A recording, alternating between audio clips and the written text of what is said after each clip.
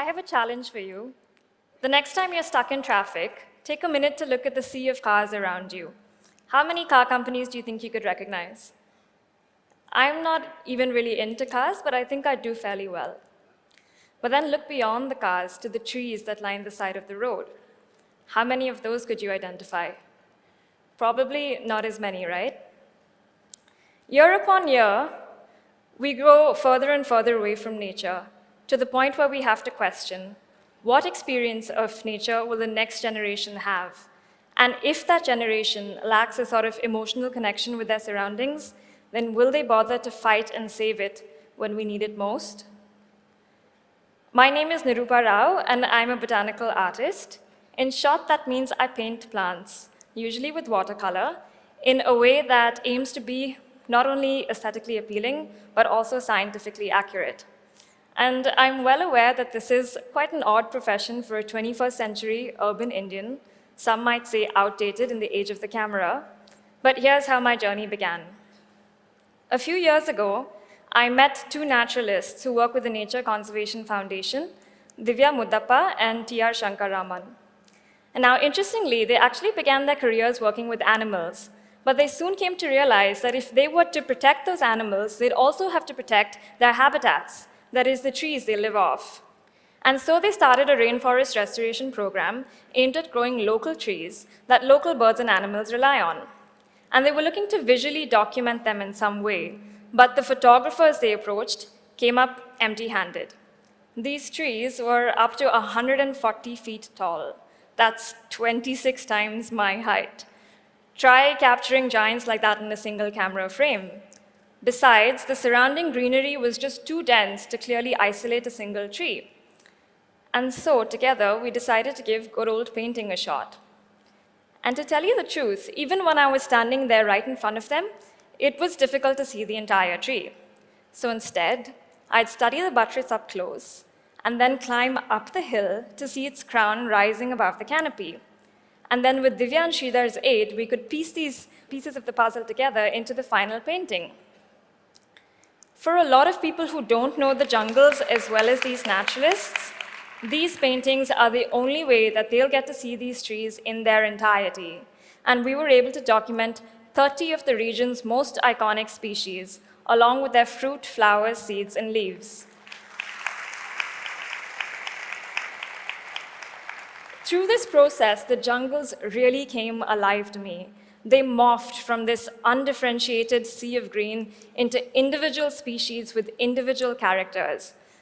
And I think a lot of people just tend to see plants as background scenery, assuming that their immobility makes them uninteresting.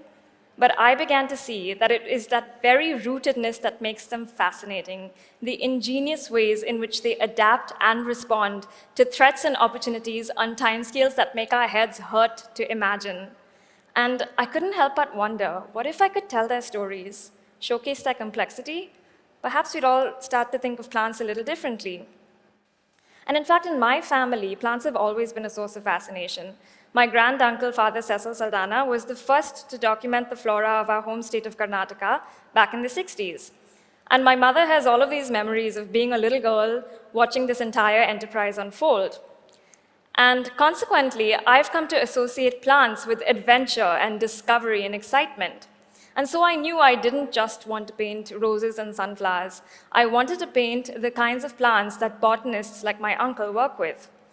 And so I set out to create a book supported by the National Geographic Society on the weirdest, wackiest plants we could find in one of the most biodiverse regions in the world, India's very own Western Ghats. Take a look at these fantastic jewel-like sundews. They grow in regions where nutrient content in the soil is poor, and so they have a little way of supplementing their diets.